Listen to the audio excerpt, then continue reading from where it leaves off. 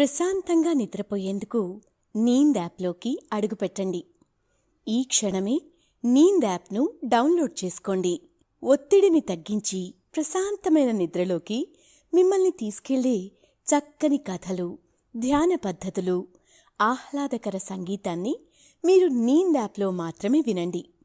నమస్తే, నేను మీ గౌతమి. ఇప్పుడు రచయిత్రి అమృత సేకరించి పంపిన కృష్ణదేవరాయుడి కళ అనే కథను విందాం. శ్రీకృష్ణదేవరాయలు విజయనగర చక్రవర్తి అని మనకి తెలిసిన విషయమే. ఈయన 20 సంవత్సరాల వయసులో, అంటే 1509 ఫిబ్రవరి 4న విజయనగర సింహాసనాన్ని అధిష్ఠించాడు. రాయల పాలనలో విజయనగర సామ్రాజ్యంలో వజ్రాలను రాసులుగా పోసి అమ్మేవారట. అంటే అంత సంపద ఉండేదన్నమాట. శ్రీకృష్ణదేవరాయల్ని తెలుగు, కన్నడ ప్రజలు భారతదేశాన్ని పాలించిన గొప్ప చక్రవర్తుల్లో ఒకడిగా అభిమానిస్తూ ఉంటారు. ఆంధ్ర భోజుడుగా, సాహితీ సమరాంగన సార్వభౌముడిగా, కన్నడ రాజ్య రమణగా ఆయన కీర్తించబడ్డాడు. ఆయన తెలుగు సాహిత్యానికి చేసిన కృషి కూడా అభినందించాల్సిందే. దేశ భాషలందు తెలుగు లెస్స అన్న మాట ఈయన దగ్గర నుంచే వచ్చింది. అసలు ఈ వాక్యం వాడుకకు కారణం ఆయనకి వచ్చిన ఓ కళ అని మీకు తెలుసా? అసలు శ్రీకృష్ణదేవరాయలు రాజుగారికి వచ్చిన ఆ కళ ఏమిటి? ఆ కళలో ఆయన చూసింది ఏమిటి? వివరంగా తెలుసుకుందాం. అయితే మనం కథ వినటం ప్రారంభించే ముందు సౌకర్యవంతమైన స్థితిలోకి వెళ్దాం. మీకు ఇష్టమైన రీతిలో పడుకొని అన్ని లైట్లను ఆఫ్ చేసి మీ కళ్ళు మూసుకోండి. నెమ్మదిగా గాలి పీరుస్తూ పూర్తిగా లోతైన శ్వాస తీసుకుని వదలండి. ఈ ప్రపంచాన్ని, ఇవాల్టి జ్ఞాపకాలను మెల్లగా పక్కకు నెట్టి క్రమంగా నిద్రలోకి జారుకునే సమయం ఇది. మరోసారి నెమ్మదిగా గాలి పీలుస్తూ లోతైన శ్వాస తీసుకొని మీ శరీరంలోని ఒత్తిడిని బయటికి వదిలేయండి. ఇప్పుడు మీరు చేయాల్సిందల్లా విశ్రాంతి తీసుకోవటం, సేద తీరటం, మునుపటి స్థితికి రావటం. మీరు ఇప్పుడు మంచం మీద ఉన్నారు. రోజువారీ అలసట నుంచి మీ శరీరం విశ్రాంతి తీసుకున్నట్లుగా మీకు అనిపిస్తుంది. కాళ్ళ నుంచి మొదలుపెట్టి మీ అవయవాల్లోని ఒత్తిడిని ఒక్కొక్కటిగా బయటికి పంపించేయండి. మీకోసం అవన్నీ రోజంతా చాలా కష్టపడ్డాయి కాబట్టి వాటికి విశ్రాంతి తీసుకునే అర్హత ఉంది. ముందుగా మీ పాదాల్లో మొదలైన విశ్రాంతి అనుభూతి క్రమంగా మీ మోకాల క్రింది భాగానికి చేరుకుంది. అక్కడ నుంచి మోకాళ్ళలోకి ప్రవేశిస్తుంది. ఇప్పుడు మీ కాలి ఎగువ భాగాన్ని విశ్రాంతి తీసుకొనివ్వండి.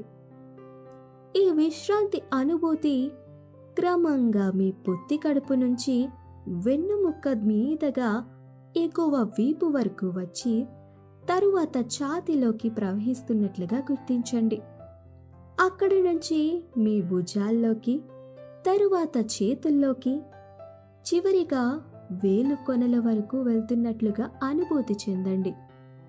ఆపై మీ మెడ, తల, ముఖం వరకు ఆ అనుభూతి ప్రవహిస్తోంది.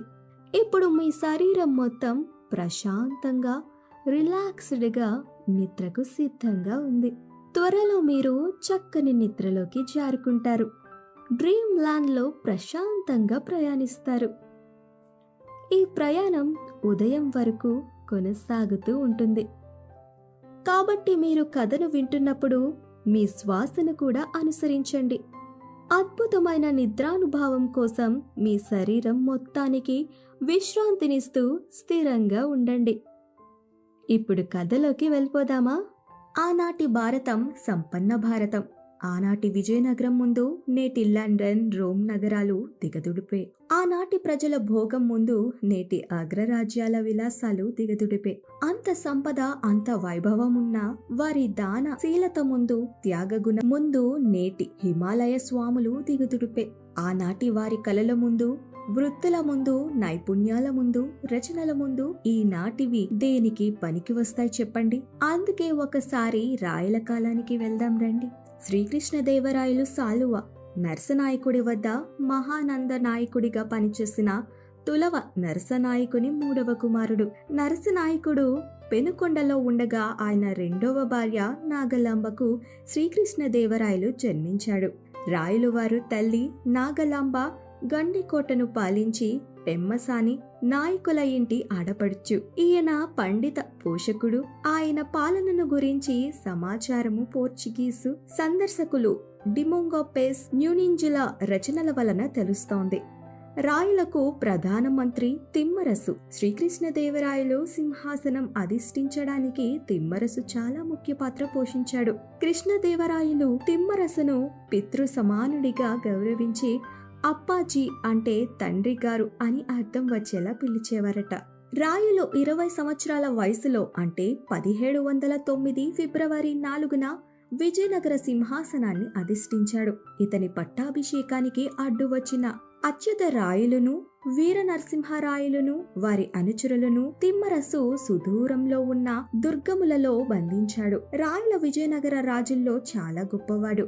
గొప్ప రాజనీతిజ్ఞుడు, సైనికాధికారి, భుజబల సంపన్నుడు, ఆర్థికవేత్త, మత సహనము కలవాడు, వ్యూహ నిపుణుడు, పట్టిన పట్టు వీడనివాడు. అంతేకాదండోయ్ కవి పోషకుడు, రాజ్య నిర్మాత మొదలగు సుగుణాలు కలవాడు. ఇతను దక్షిణ భారతదేశం మొత్తం ఆక్రమించాడు. శ్రీకృష్ణదేవరాయలు కాలంలో విజయనగర సామ్రాజ్యం దక్షిణ భారత దేశాన్నంతటినీ ఆక్రమించి భాషల హద్దును చెరిపివేసింది. ఆ విస్తరణకి, ఆ ఉన్నతికి కారణం శ్రీకృష్ణదేవరాయల పరాక్రమమే. యుద్ధ భూమిలో అలసిపోయి రాయల మీద భయంతో శత్రు రాజ్యాలు రాజులు గుర్రాల మీద పారిపోతుండగా ఆ అడవిలోని చెట్ల కొమ్మలను వారి పొడవాటి జుట్టులు బలంగా చిక్కుకుని గుర్రాలపై నుండి జారి చెట్లకి వేలాడదీశారట. వాళ్ళలా ఊగడం చూసి అక్కడ బోయ స్త్రీలు చప్పట్లు కొడుతూ ఉయ్యాలా జంపాలా అని పాట పాడారట. శ్రీకృష్ణదేవరాయలు విజయనగర రాజులలాగే వైష్ణవుడు, కాని పరమ మత సహనశీలుడు. అనేక వైష్ణవాలయాలతో పాటుగా శివాలయాన్ని నిర్మించాడు. అంతేకాక దూర్జటి, నంది తిమ్మన వంటి పరమ శైవులకు కూడా తన సభలో స్థానం కల్పించాడు. అనేక దాన ధర్మాలు చేశాడు. ముఖ్యంగా తిరుమల శ్రీవారికి పరమ భక్తుడు. తన కుమారునికి తిరుమల దేవరాయలు అని, కుమార్తెకు తిరుమలాంబ అని పేర్లు కూడా పెట్టుకున్నాడు. రాయల ఆస్థానానికి భువన విజయమును అని పేరు. భువన విజయంలో అల్లసాని పెద్దన, నంది తిమ్మన, దూర్జటి, మాదయ్య గారి, మల్లన, కందుకూరి రుద్రకవి, అల్లయ్యరాజు, అయ్యలరాజు, రామభద్రుడు, పింగళి సూరన, రామరాజ భూషణుడు, భట్టుమూర్తి, తెనాలి రామకృష్ణుడు అనే 8 మంది కవులు ఉండేవారు. వీరు అష్టదిగ్గజములలో ప్రఖ్యాత పొందారు. కృష్ణదేవరాయలు స్వయంగా కవి పండితుడు కూడా కావటంతో ఆయనకి సాహితీ సమరాంగన సార్వభౌముడు అని బిరుదు కూడా ఉంది. ఈయన స్వయంగా సంస్కృతంలో జాంబవతి కళ్యాణము, మదాలస చరిత్రము, సత్య వధూ ప్రిణము, సకల కథా సారంగ గ్రహము, జ్ఞాన చింతామణి, రసమంజరి తదితర గ్రంథములు రచించారు. తెలుగులో ఆముక్త మల్యాద అనే గ్రంథాన్ని రచించాడు. దీన్నే గోదాదేవి కథ అని కూడా అంటారు. ఈ ఆముక్త మల్యాద రచనే ఈ రోజు మనం చెప్పుకునే కథాంశం. తమిళ, కన్నడ, సంస్కృతాది భాషలను తాను పోషిస్తూ తులు భాషలో పుట్టిన వాడై ఉండి తెలుగును చూసి మురిసి ఏ భాషలోనూ లేనటువంటి కవిత్వాన్ని చెప్పినవాడు శ్రీకృష్ణదేవరాయలు. అతని రచనే ఈ ఆముక్త మల్యాద. ఇప్పుడు ఆ ఆముక్త మల్యాద ఎలా, ఎందుకు రచించాడో తెలుసుకుందాం. తెలుగు నాటి పంచమహాకావ్యాలలో శ్రీకృష్ణదేవరాయలు రాసిన ఆముక్త మల్యాదను ఒకటిగా భావిస్తారు. ఆశ్చర్యకరమైన విషయం ఏమిటంటే మిగతా 4 కావ్యాలను రాసింది కూడా ఆయన ఆస్థాన కవులే. అల్లసాని పెద్దన, తెనాలి రామకృష్ణుడు, రామరాజ భూషణుడు, ముక్కు తిమ్మన.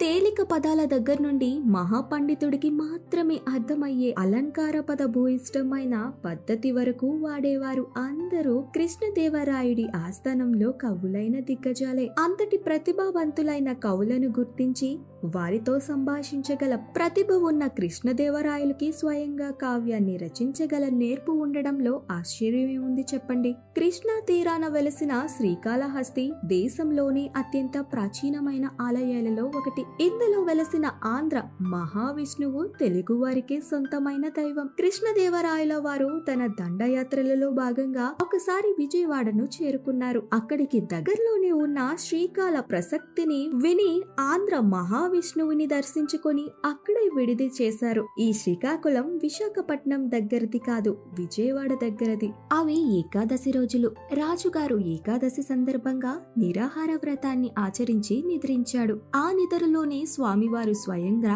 కృష్ణదేవరాయల వారికి కలలో కనిపించి కలియుగంలో నా శరీరంగా తనను పెండ్లాడిన గోదాదేవి కథను కావ్యంగా మలచమని ఆజ్ఞను ఇచ్చాడు. సాధారణంగా తెలుగు భాష గొప్పదనం గురించి చెప్పుకునేటప్పుడు దేశ భాషలందు తెలుగు లెస్స అనే కృష్ణదేవరాయని మాటను చెప్పుకుంటాము. నిజానికి ఈ వాక్యం ఈ కలలో ఆంధ్ర మహావిష్ణువుతో కృష్ణదేవరాయనికి జరిగిన సంభాషణలో ఒక భాగం. కన్నడిగుడైనను తనను తెలుగులో రాయమంటూ ఆంధ్ర మహావిష్ణువు ఆ పుణ్యదినాన రాత్రి 4 జామును ఆ ఆంధ్ర జలజాక్షుడి అతని కల్లో ప్రత్యక్షమయ్యాడు. చిరునవ్వుతో ఇలా అన్నాడు: రసికులు మెచ్చేట్టు మదాలస చరిత్ర పలికేవు, భావం ధ్వని వ్యంగ్యం మేళవించి సత్యవద్రుపీణనం చెప్పేవు, వేద పురాణాల కథర్లేరి సకల కథాసారంగ్రహం తయారు చేసేవు, శ్రోతలు పాపాలు ఎగిరిపోయేట్టు జ్ఞాన చింతామణిని వినిపించేవు, రసమంజరి మొదలైన మధుర కావ్యాలు రచించేవు, అన్ని గీర్వీణ భాషలో. ఇలాంటి నీకు ఆంధ్ర భాష అసాధ్యమా? మాకు ప్రీతిగా ఓ కృతి నిర్మించు. నా అవతారాల్లో దేని గురించి చెప్పాలా అని నీకు సందేహం రావచ్చు. కృష్ణావతారంలో సదాముడిచ్చిన పూలదండలు వెనకాడుతూ తీసుకున్నాను. అతను మగవాడాయే. శ్రీరంగంలో తను ముందుగా ధరించిన పూలదండల్ని నాకిచ్చిన వయ్యారిని పెళ్లి చేసుకున్నా. ఆ కొరత తీరలేదు నాకు. నేను తెలుగు రాయుడిని, నువ్వు కన్నడ రాయుడివి కనుక నువ్వు ఆ మా పెండ్లి కథను చెప్తే అది పూర్తిగా తీరిపోతుంది. తెలుగెందుకంటావా? ఇది తెలుగుదేశం. నేను తెలుగు వల్లభుడిని. కలకండ లాంటి తీయనిది తెలుగు. ఎన్నో భాషల్లో మాట్లాడే నీకు తెలీదా? అన్నిటిల్లోని ఉత్కృష్టమైన భాష తెలుగని. తెలుగు తేల నన్ను దేశంబు తెలుగేను, తెలుగు వల్లబుండ తెలుగు కొండ ఎల్ల నృపుల గొలవ నెరుగవే బాసాడి దేశ భాషలందు తెలుగు లెస్స. ఈ కృతిని నీకిష్ట దైవమైన వెంకటేశ్వరుడికి అంకితం చేసి మాకేం బాధేం లేదు. ఇలా చేస్తే నాకు తరాభివృద్ధి కలుగుతుంది అని ఆనతి ఇచ్చాడు ఆ స్వామి. ఒక పక్క కృష్ణదేవరాయలు కన్నడీయులు, మరో పక్క గోదాదేవి ఇతివృత్తం తమిళం, ఆనాటి రాజభాష సంస్కృతం. అయినా వీటన్నిటికీ భిన్నంగా తెలుగులో ఆముక్త మల్యాదను రచించడంలో అది తెలుగు సాహిత్యంలో ఒక మూల స్తంభంగా నిలిచిపోయింది. వెంటనే నిద్ర మేల్కొని దేవాలయానికి వెళ్లి స్వామిని దర్శించుకుని తెల్లవారేకే నిండు సభలో దండనాద సామంతుల పనులు త్వరగా ముగించి వేదాంగ వేత్తల్ని రప్పించి వాళ్ళకి కళ గురించి వివరించాడు రాయలు వారు. వాళ్ళు ఎంతో ఆనందించి ఆ స్వప్నాన్ని విశ్లేషించి దానిలోని అన్ని అంశాలను మంగళప్రదమైన వని తేల్చి సాహితీ సమరంగాన సర్వభౌముడైన ఆంధ్ర మహావిష్ణువుడి కోరిన విధంగా ఆముక్త మల్యాదని రాజుగారికి నిర్మించమన్నారు. రాజు కూడా సంతోషంగా కావ్య రచనకి పూనుకున్నాడు. 1821 నాటికి ఇది పూర్తయిందని పరిశోధకులు అభిప్రాయం. సాహితీ సమరంగాన సార్వభౌముడిగా ప్రఖ్యాత వహించిన విజయనగర చక్రవర్తి శ్రీ కృష్ణదేవరాయలు రచించిన తెలుగు ప్రబంధం ఈ ఆముక్త మల్యాద గ్రంథం. దీనికే విష్ణు చిత్తయం అని మరో పేరు కూడా ఉంది. ఇది తెలుగు సాహిత్యంలో పంచకావ్యాలలో ఒకటిగా ప్రసిద్ధి చెందింది. ఈ ఏడాశ్వాసల ప్రబంధంలో ప్రధానమైన కథ గోదాదేవి శ్రీరంగనాథులు కళ్యాణం. గోదాదేవి కథ అందరికీ తెలిసిందే. ముఖ్యంగా ధనుర్మాసంలో గోదాదేవి పాసురాలు కన్నెపిల్లలు పాడుకునే ఆనవాయితీ ఉంది. ఇప్పటికీ ఆ ఆచారం కొనసాగుతోంది. తమిళంలో తిరుప్పవ్వై గా గానము చేయబడుతున్న గోదాదేవి కథ. ఓసారి ఆ కథ కూడా వినేద్దాం మరి. తమిళనాట శ్రీవిల్లిపుత్తూరులో విష్ణు చిత్తుడు అనే భక్తుడు ఉండేవాడు. ఆయన మనసు ఎప్పుడూ విష్ణుమూర్తి మీదే ఉండేది కాబట్టి ఆయనకు ఆ పేరు స్థిరపడిపోయింది. ఆయన నిత్యం విల్లుపుత్తూరులోని స్వామివారికి పుష్పమాలను కైంకర్యం చేస్తుండేవాడు. అలా ఒకనాడు పువ్వుల కోసం వనంలో తిరుగుతుండగా ఒక బాలిక కనిపించిందట. ఆమెను సాక్షాత్తు ఆ విష్ణుమూర్తి ప్రసాదంగా భావించి ఆమెకు కోదై అంటే పూలమాల అని పేరుతో పెంచుకున్నాడు. విష్ణు చిత్తుడు. ఆమె యవ్వనవతి అవుతున్న కొద్దీ సాక్షాత్తు ఆ విష్ణుమూర్తి మీదే మనసు లగ్నం చేసేది. ఆయన కోసం అల్లిన పూలమాలను మొదటిగా తాను ధరించి నీటి నీడలో చూసుకుని మురిసిపోయేది. అలా ఆమెను ఆముక్తమల్యాద అన్న పేరు కూడా వచ్చింది. ఇంతకీ ఆముక్తమల్యాద అర్థం చూద్దామా? ముక్త అంటే విడువబడిన అని అర్థం. దానికి ఆ అన్న ఉపసర్గ చేర్చితే తొడుగుబడిన, అలంకరించుకోబడిన అన్న అర్థం వస్తుంది. అటువంటి మాల్య మాలన ద ఇచ్చినది అంటే తాను అలంకరించుకున్న మాలను భగవంతుడికి ఇచ్చేది అని. ఎట్టకేలకు ఆమె ఆశ ఫలించింది. సాక్షాత్తు శ్రీరంగంలోని విష్ణుమూర్తి ఆమెను పరిణయం చేసుకోవడంతో కథ సుఖాంతమవుతుంది. ఆముక్త మల్యాద విలక్షణలతో ఒకటి రాయిలు చేసిన ప్రార్థనలు. మిగిలిన కవుల్లా అతను త్రిమూర్తుల్ని, వాళ్ళ భార్యల్ని, వినాయకుణ్ణి స్తుతించుడు. వెంకటేశ్వర్ని, ఆయన ఆయుధాల్ని, వాహనాల్ని మాత్రమే స్తుతిస్తాడు. చివరికి లక్ష్మీదేవిని కూడా తలుచుకోడు. ఇది ఆయన వీర వైష్ణవ భక్తికి నిదర్శనం కావచ్చేమో. ఆముక్త మల్యాదిలోని మొట్టమొదటి పద్యంలో శ్రీ వెంకటేశ్వరుని స్తుతించి కావ్య నియమములను అనుసరించి నమస్క్రియతో శ్రీ శబ్దంలో కావ్యవారంభించాడు రాజు.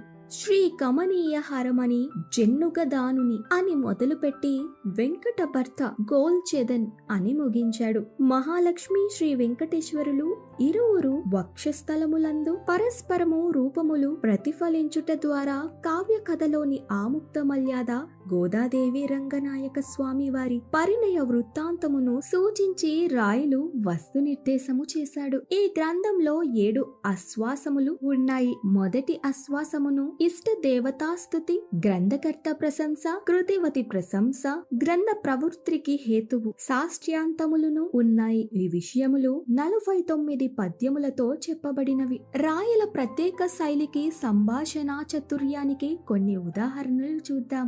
ఊరి వర్ణన. ఆకాశాన్నంటే మేడలు, వాటి ఉద్యానవనాల్లో ఎక్కడ చూసినా ఆనందంగా కూస్తున్న చిలుకలు, కోయిళ్ళు, ఆ మేడల మీదే ఉన్న మనులతో చేసిన చిలుకల బొమ్మలు చూసే వాళ్ళకి ఆ బొమ్మలే నిజంగా కూస్తున్నాయో అనిపిస్తాయి. వీధులు విలాసంగా తిన్నగా ఉన్నాయి. ఇళ్ల ద్వారాల మీద ఏనుగులు జలకాలాడిస్తున్న లక్ష్మీదేవి బంగారు చిత్రాలు, ద్వారాల మెట్లలో ఏనుగులు, సింహాల మరకతపు బొమ్మలు, వాకిళ్ల ముందు పొట్టి కొబ్బరి చెట్లు, 2 పెద్ద రథాలున్నాయా? ఊళ్ళో ఒకటి లక్ష్మిది, మరొకటిది విష్ణువుది. విష్ణు చిత్తుడు గురించి ఇలా రాశాడు రాయలువారు. విష్ణు చిత్తుడని మహాభక్తుడు ఆ ఊరి భాగవతుల్లో ఉత్తముడు. శ్రీహరినెప్పుడు తన హృదయంలో ధ్యానిస్తుంటాడట. ఆ కృష్ణస్వామికి పూలదండలు కట్టి కైంకర్యం చేయటం అతనికి మనసుకు నచ్చిన పని. న్యాయంగా సంపాదించిన డబ్బుతో ఆ ఊరి గుండా వెళ్లే తీర్థయాత్రికులకు అన్నదానాలు చేస్తూ ఉంటాడట. అర్ధరాత్రి వేలైనా సరే అతనింట్లో విష్ణువు పుణ్యక కథా కీర్తనం నడుస్తూ ఉండేది.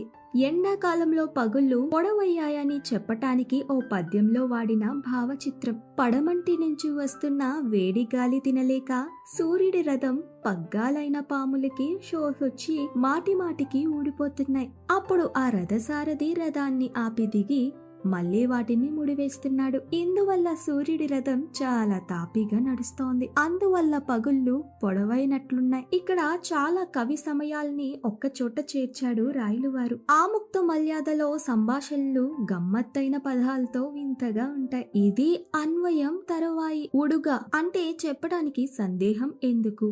లాతులమా అంటే పరాయి వాళ్ళమా? దీన్ని అన్వయం ఓయ్ సంగతియే అంటే సంగతేమిటో తెలుస్తోందా నీకు? ఇసుమంత అంటే చిన్న, టింగనావు అంటే పొట్టి గుర్రం లాంటి వాడివి, చూడ్డానికి బుడతడివి అన్నట్టనమాట. ఎరిగి అంటే ఇది తెలుసుకుని, నడువు అంటే మాట్లాడు. ప్రధాన కథకు అనుబంధంగా మత్స్యధ్వజుడు, ఖాండే, చెక్కేసి ధ్వజులు, యమునాచార్యుడు, మాలదాసరి అనే కథలున్నాయి. ఇవి విష్ణువు యొక్క విశిష్ట్యాన్ని తెలియజేస్తాయి. యామనుడు చెప్పిన రాజనీతి. విసుక్కోకుండా ప్రజల్ని రక్షించాలి రాజు. రాజు ప్రజల మేలు కోరితేనే ప్రజలు రాజు మేలు కోరుతారు. ప్రజలంతా కోరిన కోరికను పరమేశ్వరుడు తీరుస్తాడు. ఎవడినైనా ముందు పెద్దవాణ్ణి చేసి ఆ తరువాత తగ్గిస్తే వాడు మొదట్లో ఉన్న తన తక్కువ స్థితిని తలుచుకోడు, ఉన్నత స్థితిని నుంచి కింద పడ్డాననే బాధపడతాడు. కాబట్టి శీలవంతులైన వాళ్ళని గుర్తించి వాళ్ళని క్రమక్రమంగా వృద్ధిలోకి తీసుకురావాలి. నువ్వు కష్టాల్లో ఉన్నప్పుడు ఎవడు నీకు అపకారం చెయ్యబోతున్నాడో వాణ్ణి ఆ కష్టం తీరాక హింసించొద్దు, వాడి ఆస్తి తీసుకో. రాజు తన ఆదాయంలో సగం సైన్యం కోసం, తనని గెలిపించిన సైన్య భరణం కోసం వాడాలి. ఎప్పుడు నీతి మార్గంలో నడవాలి. రాజు భోగాలనుభవిస్తున్నా సరే ఎలుగుబంటిలాగా ఒక కంటితో ఎప్పుడు రాజ్యం లోపల బయట శత్రువుల్ని కనిపెడుతూ ఉండాలి. వాణిజ్యం పెంచడానికి రేవుల్ని వృద్ధి చేయాలి. రాజుకి ముఖ్యమైన ప్రమాదం లోపలి శత్రువుల నుంచి. కపటం ఉన్న మనుషులు నువ్వు బాగున్నప్పుడు పొగుడుతారు, కష్టాల్లో ఉన్నప్పుడు పారిపోతారు. జాగ్రత్తగా గమనించాలి. రాజు చెయ్యకూడని పనులు ఏమిటంటే క్రూరమైన శిక్షలు వేయడం, చెప్పుడు మాటల గురించి లోతుగా ఆలోచించకపోవడం, శత్రువు సంధికి వస్తే ఈసడించడం, శత్రురాజు గురించి సమాచారం తెచ్చిన వాణ్ణి శిక్షించడం, తనకి వ్యతిరేకుడైన మంత్రికి తెలిసేట్టు పనులు చేయడం, విశ్వాసం లేని వాళ్ళని దగ్గరుంచుకోవడం, విశ్వాస పరుల్ని దూరం చేయడం, మంత్రాంగంలో మొహమాట పడడం, జనానికి పీడలొచ్చినప్పుడు లోతుగా విషయాలు విచారించకపోవడం, వ్యసనాలు ఉండటం, ఈర్ష్యపడడం అంటూ రాజుకు ఉండాల్సిన గుణాల గురించి విశేషంగా ఆ పాత్ర ద్వారా చెప్పాడు రాయలువారు. వెల్లుపుత్తూరి వర్ణనలో ఏదో బటర్ఫ్లై ఎఫెక్ట్ లాగా చెప్పాడు. అది రాత్రివేళ ఎక్కడో మలయ పర్వతం మీద నుండి వీచిన గాలి వెల్లిపుత్తూరు మన్నారు స్వామి ఆలయంలో గాలి గోపురాన్ని తాకింది. అక్కడ చిరు గంటలు ఆ గాలికి కదిలాయి. ఆ గంటల నుండి శబ్దం పుట్టింది. ఆ శబ్దానికి భయపడి ఆ కొవ్వెల ప్రాకారంలోని అంచుల మీద ఉన్న సెంపంగ చెట్లు కొమ్మలలో నిద్రిస్తున్న పక్షులు మేల్కొని కిలకిలమన్నాయి. ఆ కూతలికి తెల్లవారిందేమో అనుకుని అప్పటి వరకు ఒకరి మీద ఒకరు ప్రణయ కోపంతో ఉన్న దంపతులు కలుసుకున్నారట. ఇదే ఈ కావ్యం ప్రత్యేకత. ఎంత భక్తి ఉంటుందో అంత శృంగారం ఉంటుంది, ఎంత ఆధ్యాత్మికత ఉంటుందో అంత లౌకికము ఉంటుంది, యోగంతో పాటు భోగము ఉంటుంది. అనేక విషయం వర్ణన సమాహారం కాబట్టే ఆముక్త మల్యాద పంచ మహాకావ్యాలలో ఒకటి అయింది. ఆముక్త మల్యాద శృంగార ప్రబంధం కాదు, దీనిలో వీరభక్తి వైరాగ్యాలదే ముఖ్య స్థానం. నిజానికి స్థూలంగా చూస్తే దీనిలో ప్రాముఖ్యంగా కనిపించేవి పట్టణాల వర్ణన, ఋతువుల వర్ణన, రాజనీతి బోధన, మత వేదాంత చర్చలు. ఈ నాలుగింట్లో రాజనీతి విషయాలు ఆముక్త మల్యాదలో తప్ప మన సాంప్రదాయ గ్రంథాలు వేటిలోనూ లేవు. పట్టణ వర్ణనలు గాని ఋతువులు వర్ణనలు గాని చేసేటప్పుడు కూడా మిగిలిన వాళ్ళు ప్రకృతి మీద ధ్యానం ఉంచితే రాయలు మనుషులు జీవన చిత్రణ మీద అధికారం చూపిస్తాడు. కావ్య ప్రారంభంలో ప్రస్తావన తర్వాత చాలా చోట్ల శ్రీ వెంకటేశ్వరుని పలు విధాలుగా ప్రశంసించాడు రాజు.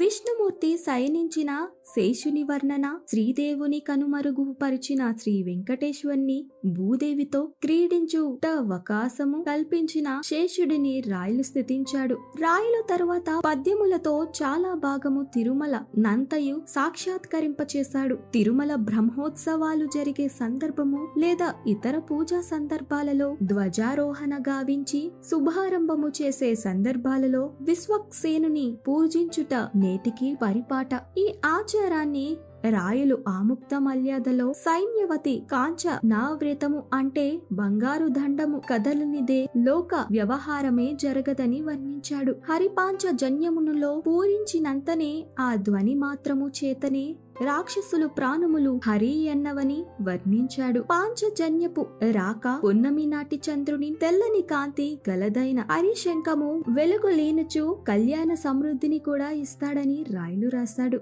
రాయలు ఆముక్త మల్యాదను శ్రీకాకుళాంధ్ర దేవుని ఆనతి మీద శ్రీ వెంకటేశ్వరుని అంకితమిచ్చాడు. ఆముక్త మల్యాద కృష్ణదేవరాయను కృతి కాదన్నది కొందరు విమర్శకులు వాదన. దీనిని అల్లసాని పెద్దన రాశాడని కొందరు, శ్రీకాకుళంలోని ఓ వైష్ణవ భక్తుడు రాశాడని మరికొందరు ఆరోపిస్తూ ఉంటారు. దీని మీద చర్చోపచర్చలు అనాదిగా జరుగుతూనే ఉన్నాయి. కన్నడిగుడైన రాజు ఈ కావ్యాలు రాయలేదని, పద్యాలు రాయలేదని చాలా మంది ఆరోపణ. అయితే ఆముక్త మల్యాద ఒక ప్రేమ కావ్యం అయినప్పటికీ అందులో కనిపించే దుడుగుతనం, అక్కడక్కడ కనిపించే రాజనీతి గురించి చర్చ. కృష్ణదేవరాయని రాజసంలో సరిపోలుతాయన్నది మరో వాదన. ఈ కావ్యంలో ఊహలు, వర్ణాలు మనకి ఎక్కడ దొరకని విలువైన రత్నాలు. ప్రబంధ ప్రక్రియలలో వర్ణనలకి పెద్దపీట. ఇవన్నీ ఒక కథ చెప్పాలంటే కృష్ణదేవరాయలే చెప్పాలి. ఈ కావ్యపు కథ నేటి గొప్ప గొప్ప సినిమాల స్క్రీన్ ప్లే ఏ మాత్రమూ తీసిపోదు. ఏది ఏమైనప్పటికీ శ్రీకాకుళ క్షేత్రంతోనూ కృష్ణా నది తీరంతోనూ ఆముక్త మల్యాద ముడిపడిపోయి ఉంటుంది. స్వచ్ఛమైన హృదయం పొందే గెలుపు, ఆ విజయ వైభవమే ఈ కావ్యం. మనమందరికీ ఒక మార్గదర్శకం. అసలైన ఆనంద పదాల్ని ఇదిగో అంటూ చూపించే ఒక టార్చ్ లైటు ఆముక్త మల్యాద. కృష్ణదేవరాయలకు తిరుమలదేవి, చిన్నాదేవి ఇద్దరు భార్యలు. అయితే ఆముక్త మల్యాద ప్రకారం ఈయనకు ముగ్గురు భార్యలు. తిరుమలాదేవి, అన్నపూర్ణ, కమల. డొమింగో పేజ్ ప్రకారం కృష్ణదేవరాయలకు 12 మంది భార్యలు. కానీ అందులో తిరుమలాదేవి, చిన్నాదేవి, జగన్మోహిని ప్రధాన రాణులని చెప్పుకోవచ్చు. అయితే శాసనాల్లో ఎక్కువగా ప్రస్తావించబడింది తిరుమలాదేవి పట్టపురాణి అయి ఉండవచ్చు చరిత్రకారుల అభిప్రాయం. ఇద్దరు కుమార్తెలు, వారిలో పెద్ద కూతురు తిరుమలాంబని ఆరవీడు రామరాయలకు చిన్న కూతుర్ని రామరాయలు సోదరుడైన తిరుమల రాయలకు ఇచ్చి వివాహం చేశాడు. ఒక్కడే కొడుకు తిరుమల దేవరాయలు. ఇతనికి చిన్నతనంలోనే పట్టాభిషేకం చేసి తానే ప్రధానిగా ఉండి రాజ్య వ్యవహారాలు చూసుకునేవాడు. కానీ దురదృష్టవశాత్తు తిరుమల దేవరాయలు మరణించాడు. ఈ విషయంపై కృష్ణదేవరాయలు తిమ్మరసును అనుమానించి అతనిని గ్రుడ్డివానిగా చేశాడు. రాయలు వారు కూడా అదే దిగులుతో మరణించాడని ఓ అభిప్రాయం. మరణానికి ముందు చంద్రగిరి దుర్గమునందున సోదరుడు అచ్యుత రాయలను వారసునిగా చేశాడు. 1529 అక్టోబర్ 17న మరణించినట్లు 2021 ఫిబ్రవరిలో కర్ణాటకలోని తుముకూరు వద్ద బయల్పడిన శాసనం ద్వారా తెలుస్తోంది. ఇవండి రాయల జీవిత విశేషాలు మరియు ఆయన రాసిన ఆముక్త మల్యాద విశేషాలు. మీకు కూడా సన్మార్గంలోకి నడిపించే దైవానుగ్రహం కలగాలని, మంచి కలలు రావాలని ఆశిస్తూ శుభరాత్రి. ప్రశాంతంగా నిద్రపోయేందుకు నీంద్ యాప్లోకి అడుగుపెట్టండి. ఈ క్షణమే నీంద్ యాప్ను డౌన్లోడ్ చేసుకోండి. ఒత్తిడిని తగ్గించి ప్రశాంతమైన నిద్రలోకి మిమ్మల్ని తీసుకెళ్లే చక్కని కథలు, ధ్యాన పద్ధతులు, ఆహ్లాదకర సంగీతాన్ని మీరు నీంద్ యాప్లో మాత్రమే వినండి.